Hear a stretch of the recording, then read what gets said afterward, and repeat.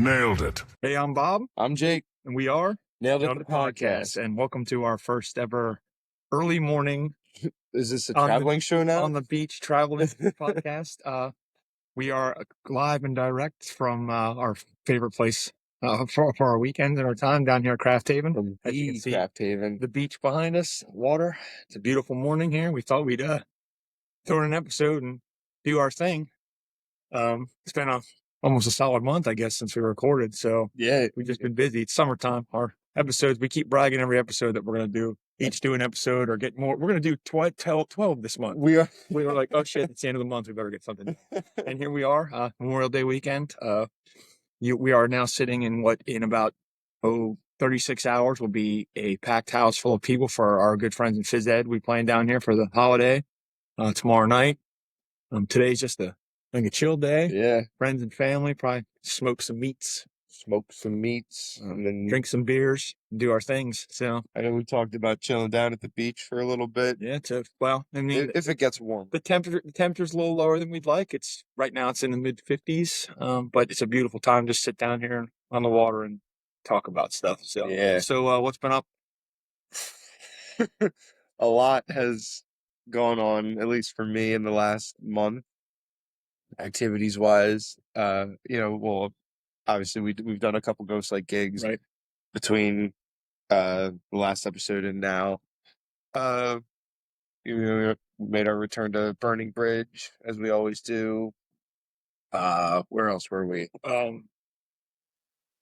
Spring Gulch. Spring Gulch. Spring Gulch Campground in Yes. New Holland. They have us back.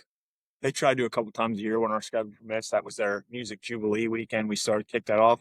Weather was, as anyone who lives in Pennsylvania knows, the weather was miserable for the entire month. In fact, it's the first day we haven't had any raindrops yet, and then actually the sky is beautiful and clear. Yeah. So we ended up playing inside there instead of outside like they would have wanted, but I think that was the right choice. It just was a little swampy out there and cold. So And it was still a great time. great time. Everybody You had know, a we good time. moved inside. It was humid. We had sound guy issues, little miscommunication between our sound guys, so I had to do it from the stage, but it pretty much went set it, forget it, and everybody said it sounded good. In fact, I saw a couple video clips that Dave's girlfriend Carrie took, and for her just walking around with her cell phone, Yeah. it sounded pretty decent. So at least that worked out. Yeah. Did we play at all since before the beginning of the month? Well, we were down here the first weekend of May here at Craft Haven. Oh, for yeah. our friend Marshall's Yep. Birthday extravaganza. We did basically around here, people, for those who've never heard us talk about it ad nauseum, when we're down here, a lot of times people have porch things. When we have our poker run things, there's different stops. Different campers have at their porch, or campers have a spot where there's food and a shot and everybody hangs out. Marshall did that with 5 stops, but had music. Obviously Jake and I played up at my place. Richard, our guitar player, had played with his friend BJ Huss down here at his place, which is out of frame, but we're staring at his porch where we're at. And a couple other spots. Our friend Adam Brunner was here. A good friend of Marshall's and guy I know, Burn Sweeper, started the day off. And I am missing somebody. Oh, Dave Heisey. Dave Heisey closed the night out with what should have been an hour for all of us. I think we played about an hour. I don't know. I was a little inebriated. I think Jake had to pull me out of the fire a couple times that show. we did play for about an hour, if I remember correctly. But Dave's hour, he's like, this will be nice, man. I'm just playing acoustic by myself for an hour, and then we're all going to party. I'm like, Dave, where do you think you are, buddy? There's no possibility you're only playing for an hour. He's like, yeah, we'll see. I think he played 3.5 hours. Yeah, because he started around 7. I'm pretty sure we stopped playing music at his place on his porch like 10:30. Yeah, because we got done playing, and Alex and I, we left the campground, went and got groceries and stuff, and came back, and he was still playing. Yep. But when we got back, Dave had a fantastic rock star moment that night too, as far as I'm concerned, because the weather, wicked storms were blowing through the area, and it didn't hit us here at the campground, but the power clicked off for a couple minutes, like campground. While he's mid-song, maybe 4 songs in, and it was like, oh, what do we do now? And Dave, being the guy he is, just got up on his picnic table, started belting out acoustically, playing his acoustic, and started doing Wonderwall. good old Dynamite Dave. And didn't everybody just start singing along? It was like, it was perfect. And then mid-song, power came back on. He finished it, went back to what, plugged back in, back to what he was doing. It was neat. It was a good time. So I guess that started our month off. And that was actually the week after our last recording, I believe. So I think so. Yeah. I don't believe. did we? I had a Falls gig, which went well. It was my wife's birthday that same week, so a Oh, bunch of yeah. people came out on a Tuesday and we had a good time there. I don't, uh, I don't think we played anymore until we played uh Spring Gulch and Spring Burnham Gulch. We had Bridge. off. I had no shows. Yeah, no, I didn't do anything. Actually, some weekends off. Yeah, in fact, oh well, duh.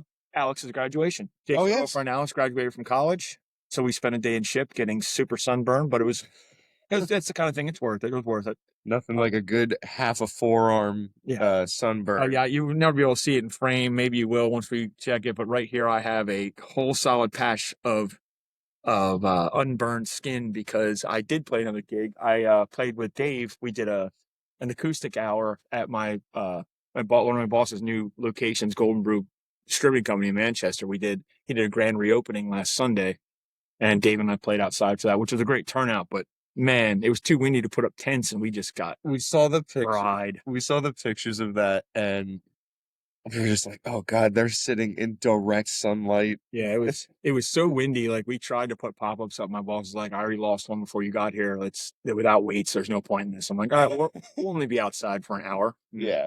Let me tell you how that went, folks. I was crispy fried 2 weekends. Then we come down here for a glorious Memorial Day weekend, and we have to wear sweatshirts and pants because it's too cold. Yeah. Oh, nature. And then last Saturday for me, I did the Tough Mudder. Oh, that's right.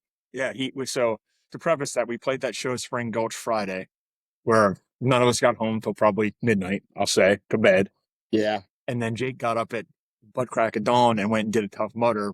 And let's preface this by saying it's not like Jake goes and runs every morning or is at the gym every day. He may not have been in the best of shape. No, absolutely not. I'll fully admit that. Go ahead and finish your story now, everyone. Well, so I had convinced two of my coworkers to do this with me, 6 months ago. And I was like, hey, this gives us plenty of time to, train for it and all this stuff. Let's do it. And they're like, all right, we'll do it. And, just busyness and everything else got in the way of me training. And I was not prepared for it. So I initially wasn't intending on going. But my two coworkers that had already bought their passes and everything to do it, they were like, "Oh, come on, you got to do it. Like we'll do it with you, and like we'll get you in there." And I was like, I mean, all right. So I registered, and I was like, this is gonna suck because I don't run. Even when I was in good shape, I didn't run. Um, so I signed up, and we got there. We were supposed to run at 9 o'clock. And we all got there around like 7:45, 8 o'clock, and checked in and everything. And let me tell you that was it was a fun experience. It don't get me wrong. I tell everybody it sucked, but in the best of ways, Right. because all the obstacles like army crawling through mud with barbed wire over your head, uh, dunking into 30-degree ice water and having to go completely submerged. Oh, this sounds horrible. Anyway, The electroshock therapy where you got to run through exposed wiring and just get shocked. It sucked. Everything about it sucked. But so in the this is a best way. torture run. Essentially, Half military training, half are you a pussy? All right. yeah. Sorry if I offended anyone on the internet with that. But anyway. But no, it was fun. We completed the race and got all of our free, rewards, t-shirt, headband, medal. Their big incentive is getting a free beer at the end of it, which was my biggest incentive. I like beer. I don't like to run though, so there's a back and forth with it. It was a free Yingling Premium Light. Well, I mean, you want to keep it light. You want to spice Yeah. yourself. And then they had other sponsors there, like Dr. Squatch was there, and they were giving out free bars. Yeah, Free soap. Free soap. Well, for dirty people, that makes sense. Rain Energy was there. They were the biggest sponsor, and they had basically like an open bar of Rain energy drinks, which was glorious for me. For you, I'm sure. It was fantastic, yeah. I walked up, I said, let me get the white haze, and the guy pulls out a ice cold white haze Rain out of the cooler. I was like, God, beautiful. But then Yeah, we started at 9, we finished around 12:30, maybe 12:45. Uh, by the time I, rinsed off and changed and everything, I got in my car to head back home. I got home about 3:45, and that's when I texted you guys and I was like, "What time do we have to be at Burning Bridge?" And you're like, "6." I was like, "Sick. I'm taking a nap." Yeah, because of course, as I was, we played that show, got played, he got up, did all that, and then we had to play another show again that night. And you did that, and then what did you do the exact following morning, The sir? next morning, well, so I got home at like 1 o'clock in the morning after the Burning Bridge show, so I'm dead. And I then got up at 5 o'clock in the morning, hit the road by 6 down to Ocean City, Maryland for Boardwalk Rock for the second night of Boardwalk Rock, uh, the music festival that was down there, and met up with Alex and her family because we initially had bought the 2-day passes because that's all they offered at first was just a Saturday and Sunday. Right. And so we bought them, and I knew I couldn't go because we had the Yeah. Burning Bridge gig. So she was already down there because she also wanted to see Def Leppard. They were the headliner. Uh Hey, no, I know her family's huge Def Leppard fans, so I get it. I mean, they're not. We've talked about this. I have my own opinions about music. It doesn't mean that there's a reason they're still around. So yeah. So I got down there, I'd say about like 9:30, 10 o'clock in the morning. We had booked a tent site over at a campground right on the other side of the island. Um, Nice place. It was a really nice place. Got there, set up the tent, and where our tent was right along the like the marina or the bay, and the wind awful. And let me tell you, setting up a tent in the windiest of conditions, worst thing ever. We pulled open the rain cover, and the wind just went and sent it that way. whoops. But we got it all set up then and headed out to the festival. And as we were walking in, I think we had gotten there around 1. No, I'd say about like 2:30. We got there around 2:30, and as we were walking in, Fuel was playing because, like I said, we were walking in and you could hear them playing Shimmer because they were just coming up towards the end of their set, so that was lower in their set list. Um, we went from there, and they had 3 stages, and I wanted to head over to the the far stage because that's where Alice Cooper was playing. Right. And as we were walking, we saw Crossfade for a little bit.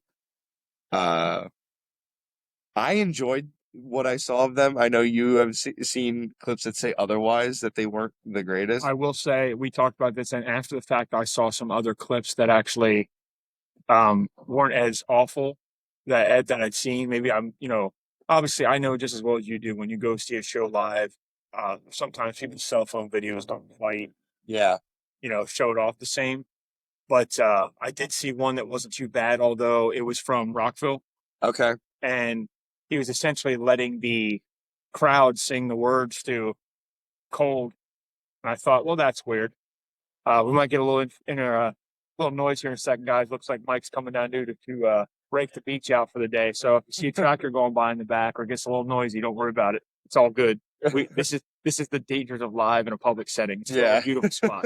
But anyway, go back. But I slightly walk back crossfade thing. I have thoughts about that, but I mean, it's again me and I knew that band when they were new. I covered that band when they were new, and they were not good live then at all. Excellent recordings. Their live show was terrible, and they disappeared for a while. So Yeah. I found it really weird. Everybody got so hyped. Oh my God, Crossfade's back. I'm like, that's something that we needed. But I mean, people enjoyed it, so good for them. So the one thing I will say about this festival that I really appreciated that I really appreciated was how spot on they were with the start times for all the bands. Oh, well put together.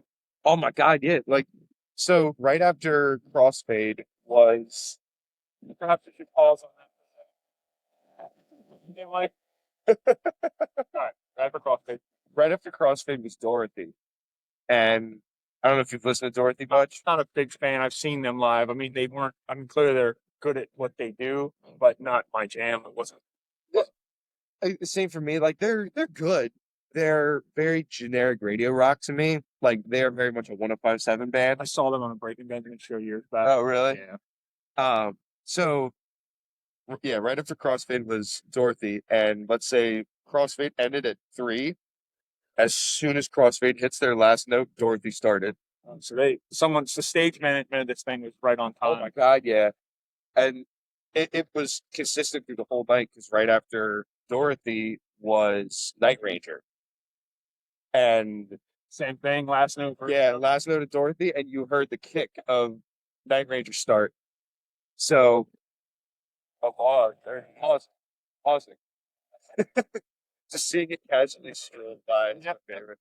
Uh, so as Night Ranger was playing, Alex and I worked our way up as close as we could possibly get to the stage because I wanted to be front for Alice Cooper. Right. And normally I'm not a person to be like, I need to be front row.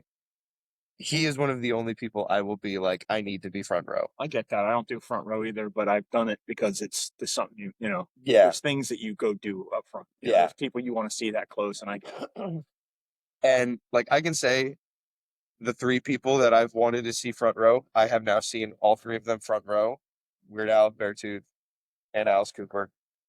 Uh, let me tell you, Alice Cooper. Poor Alex, because every song I'm shaking her, I'm like, he's so cool. But for being a 77-year-old man, he could run laps around me. He's jumping around on stage, running around, still does all of his theatrics that he's known for. You know, he does the guillotine, he does the straight jacket bit. Uh, his wife is still actively involved in the show. She's like the main female character that runs around. Right. And like the band sounded phenomenal. I know he's had this lineup since like mid to early 2000s, and it's been the same lineup since. And yeah, he's phenomenal. I'll see him time and time again. That was show number 8 of Alice Cooper's Face. So, and you got what you wanted out of it. You also saw Nickelback. We did. Oh, we saw a couple other bands too. So like right after Alice Cooper, we headed out because we both wanted food. And as we were getting food, we were listening and watching from afar. We were watching Shinedown. Oh yeah, yeah.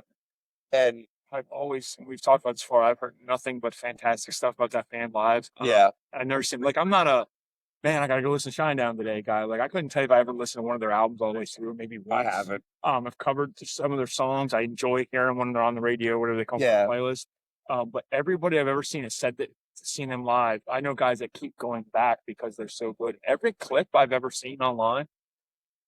Again, we just talked about it a couple minutes ago about sometimes videos don't do it justice. I've never seen a bad clip of Shinedown. Something Yeah. right up front with grainy cell phone videos, people at the back of the house. Like their show always sounds like it's awesome. I gotta say, I'm starting to believe that he might be one of the best singers in rock, Yeah. live singers out there. So I've never been a huge Shinedown person. They have songs that I like. Like I like Sound of Madness. Yep. I like Cut the Cord. You know, Cover those both those. I still cover Sound of Madness and Falcon Zero. We used to cut the cord too. and like obviously I like their version of Simple Man. Yeah, They have songs 45 back in the day when it first 45, song yeah. everybody ever really knew of them. Yeah. So like they have songs I like. I don't actively listen to them. If they come on in a playlist, I'll listen to them. Right. But I know she really wanted to see them, and after making her sit through Alice Cooper, I felt like that was the least I could do. Uh, Um, Young Love. so we watched Shinedown for a bit, and then we headed back over to the other stage. That was the other thing. All the bands we wanted to see were on complete opposite sides of the festival, so we kept having to walk back and forth. Yeah. And with them being so spot on with their times, we were having to like kind of speed walk over from stage to stage. But right after Shinedown was 3 Days Grace. Uh, Yeah. And now you've seen it live, you understand. and Alex and I both said like we loved all the stuff they did that was Adam's stuff. The old stuff. Yeah. And we were having when they were still making good music. And I'll die on that hill, guys. They haven't made good music since, not 3 Days Grace music. There's people who will fight me about this, that Matt's so amazing, and the songs they wrote with him were not great, and they should have stopped being 3 Days Grace. And I would yeah, probably have we wouldn't even have this conversation, yeah, but they kept going as a band. They weren't. That band, Adam's voice is integral to their yeah, to their sound. And got another guy who I never liked in his old band. I saw My Darkest Days open for 3 Days Grace years ago, and it was maybe one of the worst sets I've ever seen in my life. really, Like, he's just not a good live singer. And there are people who think he is so amazing. I've heard women like, losing their minds. Oh, I got to meet him and he's so amazing on stage. I'm like, who? yeah, It's the same guy, right? Like, I don't know. But I think this whole bringing him, and we might have talked about this on a previous episode when they announced this.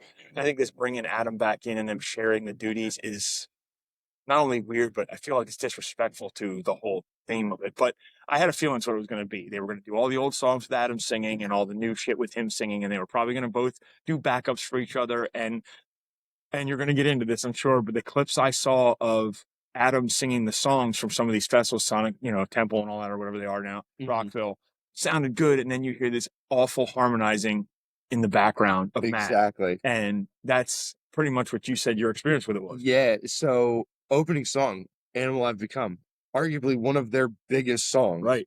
Like that's the song that got me to discover who they were. Right. And I was like, sick. I love this song. And Adam sounds like so good. And then they get to the chorus, and when they get to the hook where they say the title of the song, here comes Matt with this like high pitched screaming, trying to harmonize. And immediately I was like, now you ruined it. Yeah. Like this isn't that song. That's And not most people aren't there for critique like we would be. They're there for a good time. And I understand people probably really think this is the best thing ever. My wife is a huge Street Eater. yeah. She'd probably leave me for Adam if the choice came on. I guess I understand. But I mean, she fangirled when we got the chance to just meet him by the tour bus after a big festival one day. He just had to be standing there talking to his wife, and she's like, "Oh my god!" I'm like, "Go back and talk to him. Yeah. Like, go say hello. You're never gonna get this chance again." That turned out to be a lie because later on, he and Mike Mushok from Saint Sonia, Stained, most people know him from, were doing a acoustic radio promo tour for their Saint Sonia album that's coming out. And our local radio station, got them to come through York to a bar that I was helping out with sound. So I was asked to come be the sound guy for it. What bar was that? The Cove. Oh.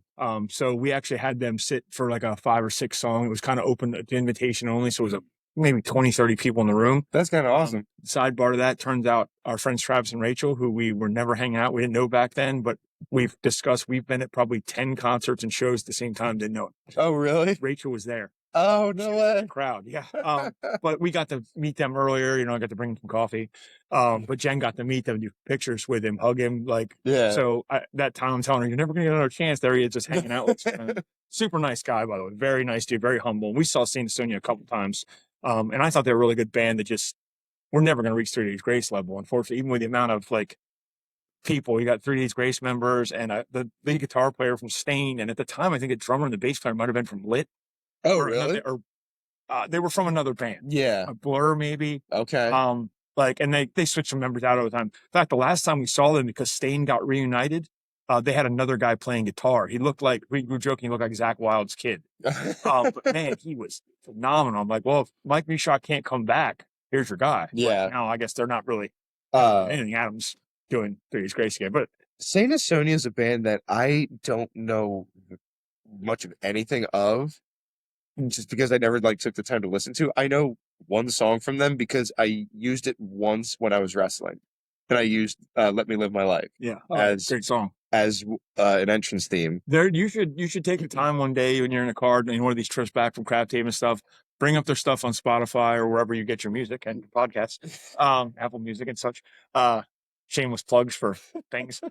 You should bring up one of their albums, and their last album they did was really good. The album before that was very good. They're quick. I think they're 40, 45-minute albums. Do they have a lot of albums? I think they had 3. I think 2 full, maybe an EP. I forget. But yeah, because it's Adam's vocals. It's the 3 Days Grace style of vocal and lyrical writing, but it's got even the riff in "Let Me Live My Life" is very 3 Days Grace It has style. that. Well, and I think that caters because he writes guitar, so I don't think all the guitar writing was Mike Newshock. I think Yeah. Adam's sitting writing stuff saying, "Hey, I got this riff," because he's a very good guitar player too.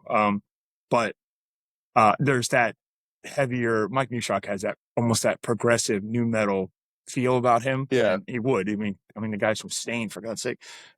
He That's a whole sidebar too. He's one of the funniest performers I've ever seen. And I mean funny by it just doesn't, he's one of those guys. You ever see a band where they're just like a heavy band? You know, we like heavy shit. Yeah. They're just all rocking out and they're kind of like joking aside, like all of us in time out on stage when we play, like we, you and Dave doing your ZZ Top, me trying to get on, like, but you're all, even like when we do Luke Combs Yeah. and we're just all Oh, yeah. finding a beat and rocking out. Bands do that together. When Stain's getting going, the bass player's jamming out, man. Aaron Lewis do whatever he does now. I guess sits on a chair and talks about red hats. I don't know. Mike Newshock is jamming out at a different beat. He's playing, you know what I mean? He's with it, but he's like doing these, that old, the grungy, like just up and down, like hair flying, but he's like completely out of time with the beat. And it's so weird to me. I'm like, dude, I can't look at you because you're throwing me off, but the music's in time. It's so funny that he's in his own world basically while still keeping the riff in time. It's so funny that you said it because Matt, my guitarist in Lisdexia, he does something similar, but he finds like the augmented offbeat and he like bobs to that. So you guys are on like, you're on 2 and 4 and he's on like 1 and 4. Yeah. Like he's on a weird and 1 and 3 and a half. Looking at him and I'm like, what the hell are you doing? And and it sucks at times because I gotta watch him for like certain like key points in a song we're playing. Like we're covering Animals by Architects, and the breakdown in it has no real all right, 2 3 and then 2 1.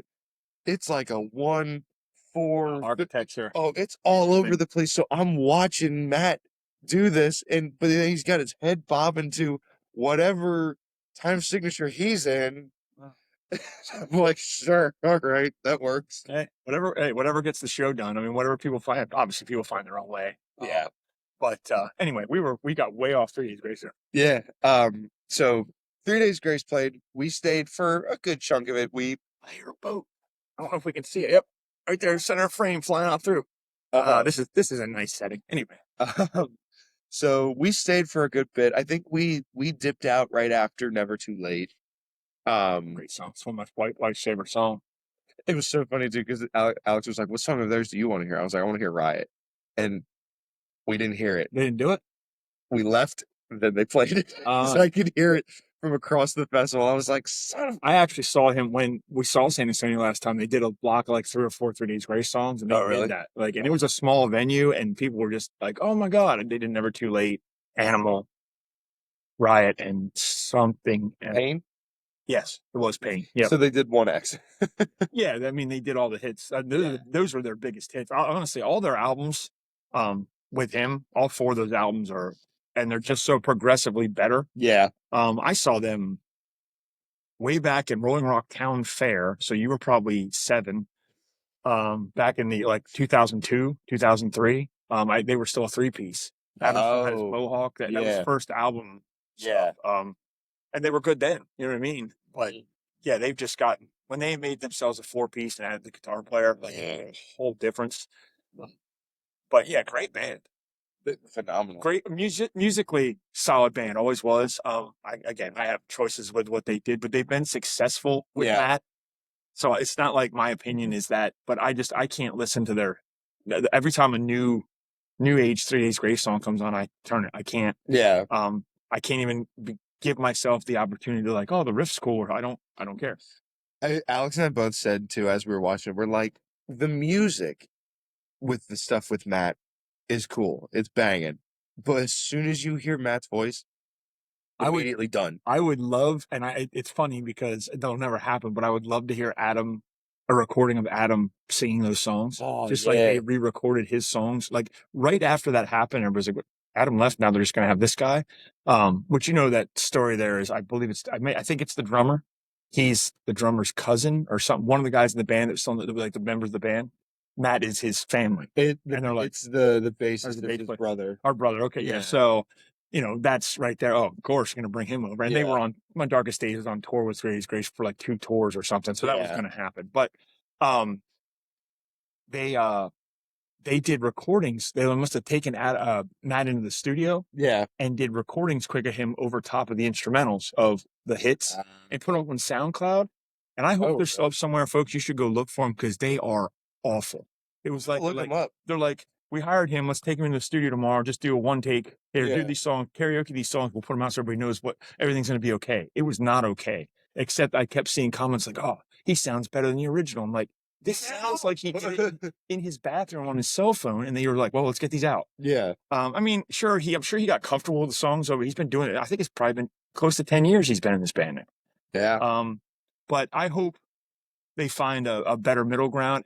Obviously live if they go back and forth with their song, each other's Yeah. songs. But that one song they put out with the two of them, number one sounds like a direct ripoff of Animal I've Become. Oh, Mayday. But it's not a great tune. I don't. It doesn't. It sounds like they're ripping off their own song, and on top of that, there was nothing inventive about it at all. You Yeah. got these two guys that clearly your fans love, and I guess both can sing. I think the one can and one can't.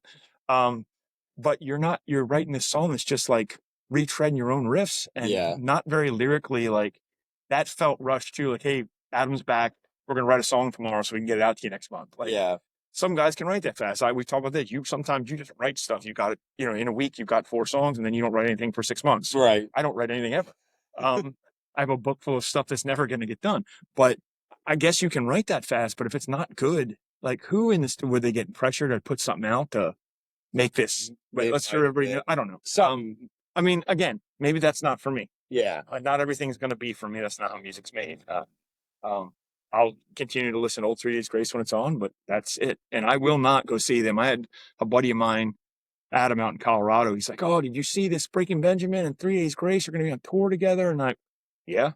"Oh man, you should go get like VIP." I'm like, I'm not going to that show. Yeah. What do you mean? I'm like, 3 Days Grace is never going to get my money. Yeah. And I've seen Breaking Benjamin 15 times. I can skip this one. Yeah. Also, they keep not coming anywhere close to us. Oh. He's like, "Well, you can go to Scranton." I'm like, I'm not going to Scranton to see that show. Now, that was that tour. But Wage War's on that tour, and they're on this tour with them now. They did the Stained with, Breaking Benjamin, Stained, Wage War. And now they're doing Breaking Benjamin, 3 Days Grace, Wage War's on that tour. Oh. I'm like, I really want to see Wage War again. Yeah. Who else did I say? Oh, Wage War's going on tour with Falling in Reverse. Because they're coming to Hershey.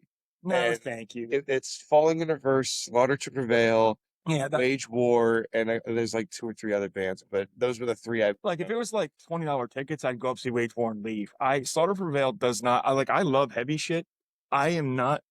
And our friend Travis, he loves Slaughter to Prevail. I get it. It's a cool experience once, but I'm not into songs where they just never stop yelling at you. Yeah. And I know that's a very basic way to talk about it, but like when there's heavy shit, I love heavy shit. But when there's no melodic sing at all, like if it's just balls to the wall the whole time, like this, it takes me out of it. Like I lose appreciation for musicianship because, dude, I'm a singer and I like lyrics. I like something that draws me, and I don't just like riffs. And when I can't understand a fucking thing you're saying for 3.5 minutes for the whole album, dude, you're losing me. I don't care how good you are, you're losing me. I remember when I first heard them, like I liked them at first, and then when I realized what their shtick was, and I was like, all right. And I could care less about fucking Falling in Reverse. I trash band as far as I'm concerned. I don't understand why they're so popular. They have like one cool song. But anyway, I would definitely go see Wage War and leave if it was a cheap ticket. But there's no such thing as cheap tickets anymore. People on the internet that follow me on the internet, all 6 of my people that aren't my friends and family. I was trying to help my boss get tickets for Billie Eilish. I think we talked about this. So I jumped on queue because their tickets went on sale because none of us have pre-sale codes for that sort of thing. So I got on Friday, and I was in queue for over an hour in the waiting, and then I got in. There's 24,000 people ahead of me. My boss is on the phone with me on a computer. He has 15,000 ahead of him. One of my employees is like, "Oh, my girlfriend would like that." So she's like, "I'm going to get on my phone." She had 2,000 people in front of her. Like, really? So we waited. I'm like, "Give me your phone. I'm going to get the company credit card out," because he wants to get these for his daughter. First concert ever. Yeah. She has vinyls on the wall. Like she's 13, 14. She's a teenager, and this is her thing. So I was like, "Yeah, if I'll get him before you, we'll get her tickets." So we got on her phone, got on, it popped up, none available. I looked at it because they went on sale at noon. It was 12:17. They were sold out. All seats You know sold out. what's so funny? I still have my ticket from when I was supposed to And you see. couldn't go. Yeah, when I was supposed to see Billie Eilish, and then COVID hit.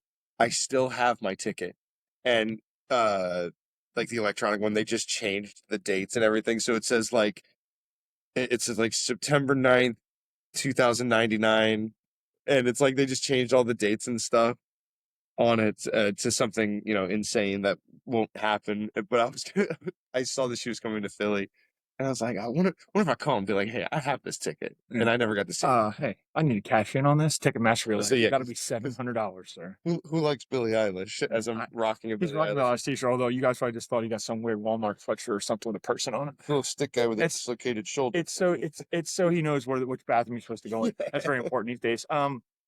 Yeah, I just ticket prices. That's what I was getting at with that. Like, it's insane what sells out, but Yeah, like the Metallica thing that's going on in Philly this weekend. There's a lot of people, campground people here. Shout out to Chris and Carrie of overall of them because they are like diehard I Metallica. think that's where Daryl and Dina Daryl are and Tina too. are too. A couple people, but I mean, Chris and Carrie have a weather vane either at their house or on their camper. That's the Metallica, that tribal. Oh yeah, I yeah, mean, they're Metallica. Um, and it's not their first time, but they were going the whole weekend. Dave Carey even said that this is probably the first Memorial Day they haven't been down here in years because went last night to the Metallica Limp Bizkit Ice Nine Kills. Oh, is that Yeah, Ice that was Nine? it was Ice Nine Limp Bizkit Metallica, which is the one I would have went to, because Metallica is awesome live. We did Jen and I finally had to see them probably 10 or 15 years ago, and she'd been a lifelong Metallica fan, and she had never got to see them, so it was cool to see them. We saw them Yeah, in Baltimore. I've never seen them. And Limp Bizkit we've seen in recent years, and I saw them at Rock of Legions a few years back, and it was just fucking terrible.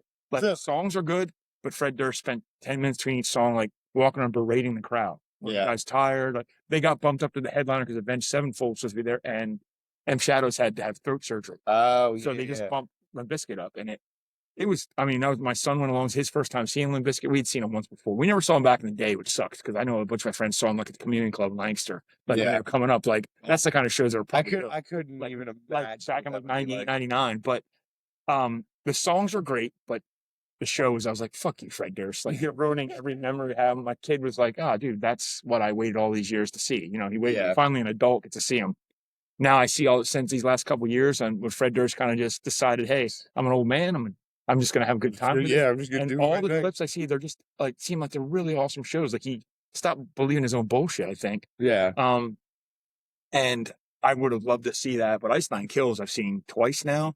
Jesus, that band is awesome live. yeah, And their songs are great. And I'm not usually a theme guy. You know, their whole deal is the horror movies and stuff. Yeah. And I'm not even a horror movie guy. I mean, that's more your thing than Yeah. mine. But all the songs are almost every one of their songs about obviously famous horror movies that I've seen. yeah, Like, and they're just, I mean, right down to, like, I talked about this before, like Jaws, doing a song about Jaws. Jaws is technically a horror movie, it's more suspense movie. Yeah. But like, the I can't imagine being good enough a writer to take the themes of a movie and turn them into a song like that that's so good Mhm. and well written, like, and not sound cliched about it. Like, and they did it for 2 albums now. Yeah. But their stage show, because all the theatrics and the costume, he's changing a different, Michael Myers. Yeah. Like, he's doing all this stuff, and Freddy Krueger, and just really good. That's the night we would have went, because I know Metallica been good. Limp Bizkit seems to be really good now, right? Yeah. And Ice Nine's always good. Now the other night that's tomorrow is Metallica, Pantera. and Suicidal Tendencies. Well, Suicidal, of course, Robert Trujillo, their bass player. That's where he's from. So I'm sure he's probably gonna, if he's not playing the set with them and they haven't announced that, I'm sure they have a bass player. Oh, yeah. But there's no way he doesn't come out and play a song. Yeah. You know what I mean? It just doesn't make sense. And that would have been cool too, but that I would only went for one night. But when those tickets went on sale, you could only buy a weekend's worth. And I'm like you had the boardwalk. I'm not buying a ticket I can't go to. Yeah. Like, we're always going to be here on Sunday. This is what we do here, you know? I've seen Pantera, and it was one of those things where I like Pantera. I like what they've done for music. I honestly did not go out of my way to see Pantera. Right. My main reason for going was because Lamb of God was the opener. And I love Lamb of God, one of my favorite, like, what I would say is a current metal band. I don't even know if I call them current because they've been around for so long. Yeah, they actually I saw a video where a guy was talking about, Oh yeah, you did send listen me. to this new Lamb of God. And he's like, that song's 10 and a half or 12 years old or something. That's their newest song. Like, what? No. Yeah, so like I've always loved Lamb of God, and when I saw they were coming, I was like, I need to go. Um, and I went on Game Time, the Game Time ticket app, Mhm. because that's where I buy all my tickets from. Sponsor us. Yeah. Um, Hey, if you want to throw us a sponsorship, we don't need anything, but if we can put your name up and maybe get like, I don't know, a percent off a ticket sometime, that would be great. That's percent off ticket sales now is like $30. So yeah, I bought my ticket the day of on Game Time for $4, just because it was one of those someone was just trying to get rid of them. right. And let me tell you, for $4, I had some kick-ass seats. I was all the way in the front of the grandstands, as close to the stage that you could possibly get in the grandstands, about midway up. So perfect view of the stage, close. And let me tell you, they were awesome. Lamb of God crushed it. And even, Tight band. oh yeah.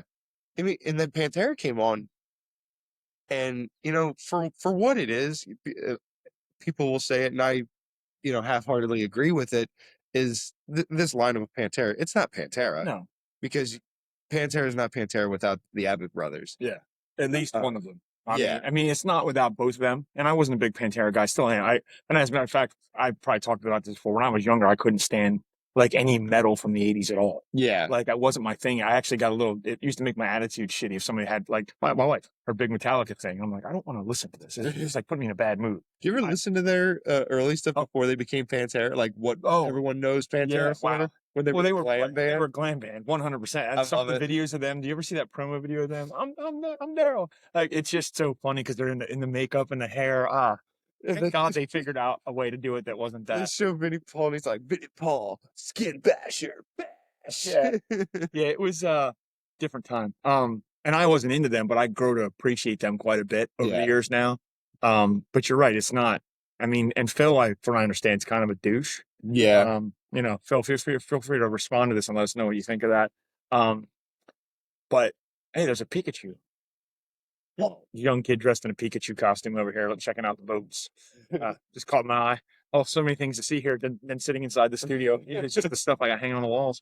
But yeah, it's not Pantera. I mean, you get to hear the songs, and at least if Phil's singing them, yeah. you still like You get the voice the of vocals Pantera, and obviously Zach Wilde's and I probably one of the best guitar players of all time. So absolutely. if you're gonna get any, he was a friend. He was friends. He was the Him and Dime were closest. friends. Yeah. Like so, if you're gonna get someone to do it, that's the guy you get to do it. But it's still not. It's essentially like a Pantera tribute band, Yeah, but they happen to get the guy who sang the songs. yeah. And I had said, even before they announced that, like, Pantera was getting back together, I had said for years that, like, if they ever got back together, the only appropriate replacement for Dime would be Zach Wild. One, because of the association Zach has with him, and two, just the playability. I've seen people on social medias, like, guitar Right. influencers that can play the stuff phenomenally, but the only right thing to do was have Zach Right. be the And that replacement. he's a friend. Not only was he his friend, but the friend of the family, and the family is very involved in anything that has to do with that, especially with stuff with Dime. Yeah, That goes back to saying there's an argument about years ago about the Nickelback song "Bullet" that they wrote yeah, about Dime being killed, and people were flipping out because they used a Dime riff, yeah, like an actual tracked riff they used of his that he never used. yeah, That's the solo in that song, yeah, and everybody's like, well, because everybody, especially back then, now it seems to be waning a little bit. Everybody's like, oh, fuck Nickelback. Who do they think? Why would they have something about Pantera? I'm like, he was friends with them, right? yeah, Like, literally, him and Shaq and Kruger were friends. yeah, Like, you don't get to decide who is upset about this or who writes a song. Like, we could write a song about it. We didn't know him, yeah, but we can be upset about it. Like, gatekeeping is real. I know that's a word we didn't use 20 years ago, but it yeah, really is a thing. And that's the kind of thing the family with a band like that needs to be involved because clearly they're the ones control the intellectually the property of it. So yeah, like somebody like Zach Wild's going to be the guy. and They that. could have picked anybody, Oh yeah, and Zach could absolutely. have said, "I can't do this," but he chose to go do that, and Yeah, that's and then they got I always forget his name. Charlie, I think his name is, from Anthrax, playing oh yeah, drums. yeah, And that wasn't my first choice, but I can see where they went like where they wanted to go with that. Right. He does have that style because there are times that, you know, Anthrax or Pantera has a little bit of Anthrax style to him, that like thrashy. Yeah. They were definitely some kind of, I don't know. Everybody has different, like, I mean, I just kind of class everything anymore as metal. Like, there's Yeah. different, obviously different kinds of metal, but especially that era. But I mean, that era, you had thrash metal and you had speed metal and you had, metalcore didn't exist back then and stuff. You had even death metal back then. Yeah. Death metal. You had straight up just like, what, glam rock Glam, could be yeah. glam metal. And I don't know what Pantera, they became something different as they went on. Like, and sometimes some of their songs sound something different. Yeah. Um, but yeah, so like circling back, like Pantera, for what it was, the lineup was sick. They were cool. It was it was a neat experience to like for me to say like I saw Pantera, but you know, in the back of my mind, it's like I didn't really see Pantera. I saw the remains of Pantera. Yeah, which sounds like a fucking gruesome, like It metal really tribute, does. the remains of The Pantera. remains of It's kind Pantera. of, that's actually kind of morbid because two of the guys are dead. But yeah, I don't think that would have been the night for me. And I know Suicidal from back in the day, but I didn't listen to Suicidal Tendencies, so I'm sure. And I do like the fact of that Metallica thing. They're doing completely different sets. That is cool. So like for I do like, want to check out like what the set lists are. Like I'll check out what last night's was. but I wonder how does that go? Are they doing literally, because Metallica has so much music, they could literally do 2 nights of completely different Oh music. yeah. But what if they didn't? The casual fan. What if you went Friday and and Sunday, or you went Friday or Sunday, and one of those nights they didn't play Enter Sandman? Yeah, You know what I mean? Like, that's do the other you thing. automatically play those really big hits and then all other songs, or do you give each night a completely different set list?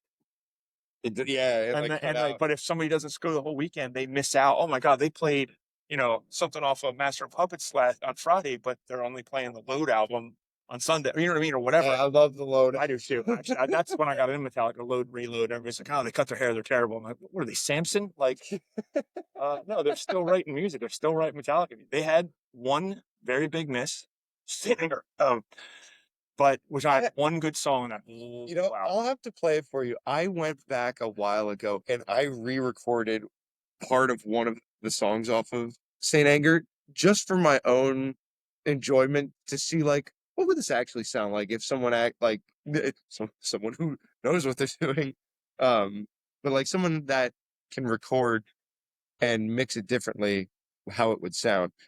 And I personally, not to toot my own horn, I thought it sounded pretty fucking cool. But Two, two.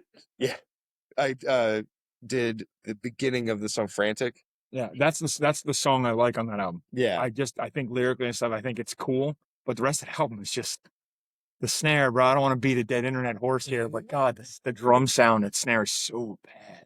And the fact that there's no guitar solos on that album. Like Kirk Hammett, just that's all he does. Yeah. I mean, you literally got people can say what they want. A lot of people have opinions about Metallica anymore because they're old guys. But Kirk Hammett's probably one of the best like lead guitar players in rock that ever played. And the thing is, I think Arguably one of the most influential yeah, too. and I mean beyond the nonstop wah, but I would argue, and I've seen articles and lists and videos that James Hetfield might be the best rhythm guitar player in rock The other thing because that, he's very good. He's still very fast, yeah, even at 60 or whatever they are now. And think about all the stuff that they've written over the years. yeah, Like, not all of that was Kirk, you know? yeah. That's the one thing that people don't realize it too is that like James can play lead. Oh, yeah. And like you can tell the difference because he does the one lead in Master of Puppets. But let's not forget that they've been also, if my only job for 40 years, 50 years was to play guitar every Yeah. week in big arenas, I'd get pretty damn good too. Yeah. Or I probably should stop. Yeah. You know, I mean, I've just gotten better playing some acoustic for the last 4 years. Like, Yeah. imagine if my only job wasn't just on the weekends, every other weekend, So Yeah. it's interesting. But yeah, I mean, I wouldn't be upset if Metallica did that and I didn't get to do something, you know what I mean? Yeah. Or miss something, but also you're still seeing Metallica. But then you got, again, like our friends Chris and Carrie, they're still there all weekend. Yeah. I mean, there's probably plenty of people that did that all weekend. Yeah. So you get to see the whole show, but you also, I know the bands need a break, but going Friday to Sunday, like not having that whole day that people have to buy like hotels for the weekend. Yeah. I forget what's going on Saturday that they're not doing back-to-back nights because normally they do back-to-back.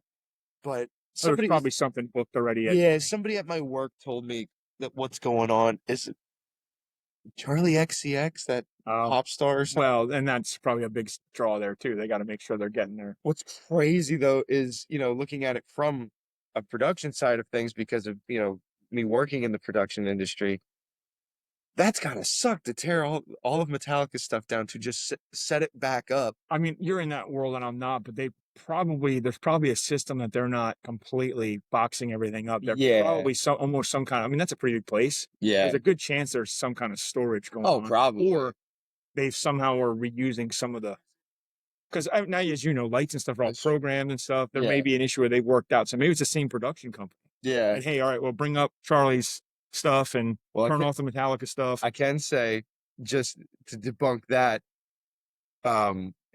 it's a different production company because we do Metallica. Okay. My company does Metallica. And you weren't doing, well, you have multiple locations. Isn't there 2 4 walls? Isn't there one in Tennessee or something too? There's 11. Oh, there's a ton. Okay. Yeah, but no, we do Metallica, and if it was gonna be like for a tour like that, a lot of the bigger ones go through us.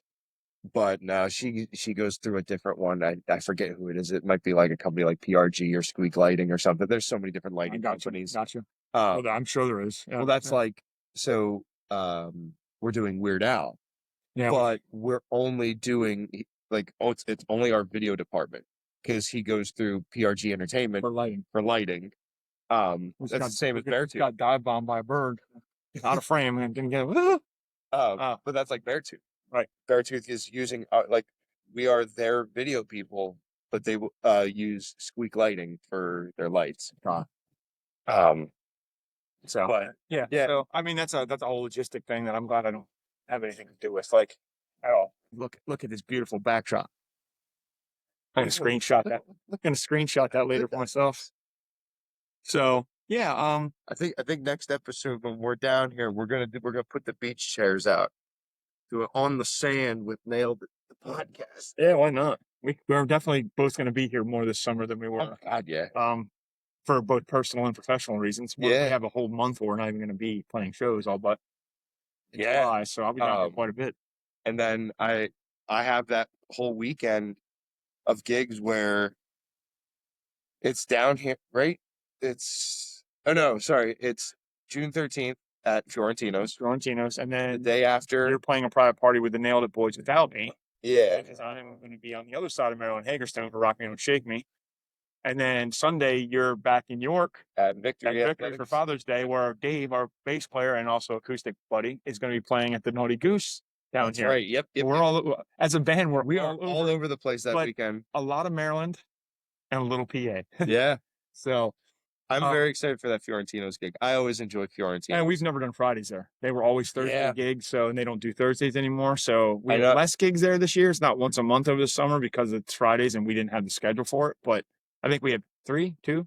There's definitely one in September. 2 or 3, yeah. We might have one in August too. I don't remember. I can't keep them all straight anymore. I know I've got quite a few people coming out for June 13th because being in that side of town, a lot of my friends and family are like, you guys got to play closer. And I told them, I was like, this is probably as close as you're going to get. If we're not doing a Union House gig, right, where Fiorentino's is going to be the thing. And that's cool. But yeah. So, and then we don't have, that's our next gig. Oh no, I'm sorry. We have a gig next weekend. Marietta. 31st, Marietta Legion, our last really indoor show for a while. Oh, really? Yeah, I don't think besides the private parties got outside. Fiorentino's is outside. We play the Goose at the end of next month. Yep. That's outside. That's actually the only 2 shows that Ghost in the has in June. That's crazy. I think I have a Falls gig in June. July. Yeah, because you're the week before or after me. You're the Tuesday before after one of the other. Yes. I'm first, then you, or vice versa. You have that gig at Victory. I have a Victory gig, but I don't think mine's till August. I lied. June 18th, Wednesday, June 18th. I'm at Riverside. Oh, I didn't even do any Riverside this year. I guess I'm not. I got a last minute, not last minute, but I got a kind of out of nowhere text. It's like, hey, I have this date. So the week after that long weekend of playing everywhere. Yep. Well, maybe I haven't been down Riverside. Maybe we'll make a Wednesday night appearance.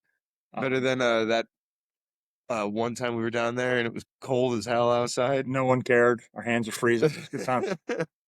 Um, yeah, I don't. I think that's. I mean, our schedule's pretty light, but you know what? That's a little bit of scheduling with the current lineup. Jimmy has things, and we knew getting the summer it was going to be later than it used to be last year. So we're doing quality over quantity, I guess. Yeah. And you know what? It gets me more time down here. Last summer I spent a lot of time leaving the campground because I had to go to gigs all the time. Yep. So I'll get to enjoy a little more time down here, and that's what I come here for. It's what we come here for. Is I don't know if people can hear us, but the ever famous Rich Campbell is over there too. Yeah, he's here.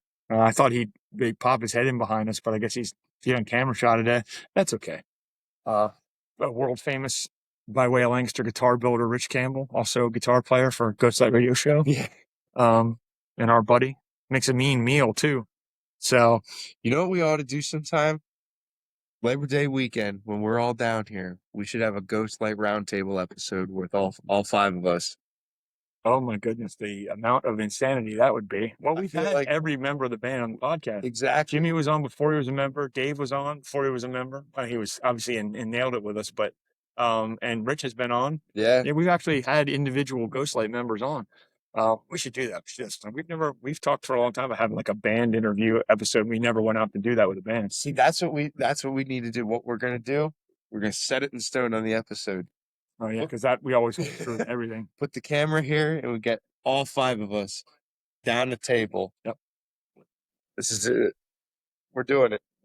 Labor Day episode. We're gonna end up needing a couple other things like I don't know, microphones and a mixer because you can't really pick everybody up otherwise. But that's okay. I have all the gear for that sort of thing. We've done it before. Maybe. I mean, this won't air, or be up for listening until after this weekend. Maybe if I feel bored later.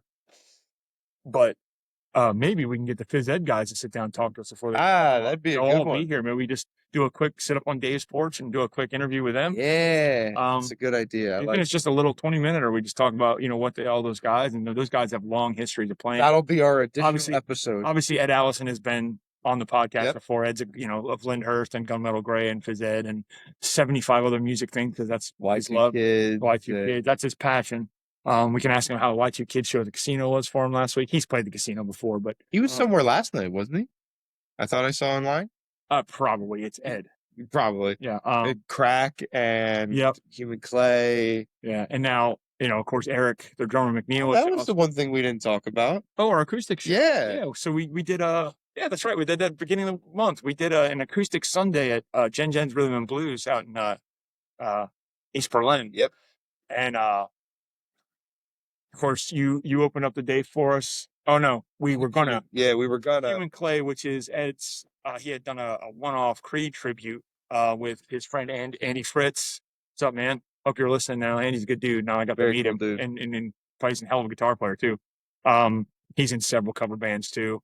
They did Human Clay acoustic, which was just two of them doing Creed songs, and then Jake and our friend Craig, who's also in Next to Nothing with me, the Breaking Benjamin tribute, did a Green Day tribute. Yeah. What's her name? What's our name? What's our name? Yeah. And that went really well. In fact, Jake's had a bit of a hankering to do a full Green Day tribute, so maybe we'll get that going. Well, so we just secured a bassist. Excellent. And I have to confirm it, but I think we have a confirmation on a drummer.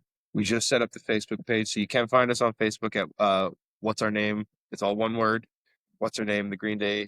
I think it's the music of Green Day. That's how we do it with Breaking Benjamin. We're not. I never like to call us a tribute because we're just basically a Breaking Benjamin cover band. So, although again, best thing I told the guys last time we played, the best thing Ben Burnley ever did, start wearing hats and grow a beard.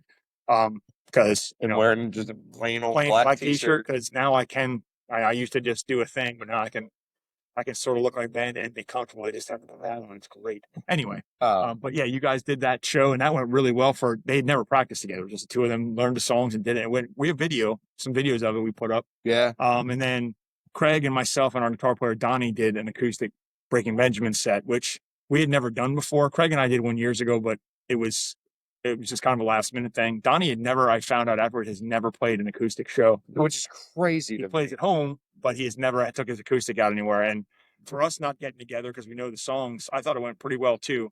It was a Sunday evening, and it could have been a better crowd. It started out real strong, and then it just people started to fizzle out, which happened. It's Sunday by 7 o'clock, but we enjoyed it. It was a good time, and that's probably the last time next to nothing's going to play this year unless some random show pops up at the end of the year. So it was nice to do some breaking band again. You guys did a great job, and it set something up. So Yeah, it was a lot of fun. And I've done Green Day songs in the past. right, you did And that whole rock opera fill in too. So yeah, you knew I the did songs. American Idiot, the show, the Right. theater show. And that kind of like re-sparked my love for them. I always loved Green Oh yeah. Day. But like after doing that and actually taking the time to sit there and learn basically the entire Album. yeah, the entire Catalog. album. Well, not even the catalog. But It was from start to finish, all Mhm. of American Idiot, including like bonus tracks like Favorite Son, which I was then released on the new like the 20th anniversary. One, yeah. So like Favorite Son was on there, but then they threw in a couple other ones like 21 Guns is on there. Know Your Enemy's on there. But sitting down and learning these songs, I was like, this is fun as shit to play. And then, I used to do it in other bands, and we threw American Idiot into the Ghostlight set list. Yep. And I knew that this was something that I could do vocally. And so I was like, this is a lot of fun. And knowing how big of a fan of Green Day Craig is, we had initially talked about doing this project going on 2 years ago. Right. Um, I'll remember I was in the car, don't text and drive, but I was sending a message in a group chat with Craig, Ken, and Ed because that was initially going to be the lineup, Right. and due to scheduling from Right. all four of us, it was just something that never happened, and it kind of fell through. And then when we got the chance to do this acoustic gig, it was It re-sparked it.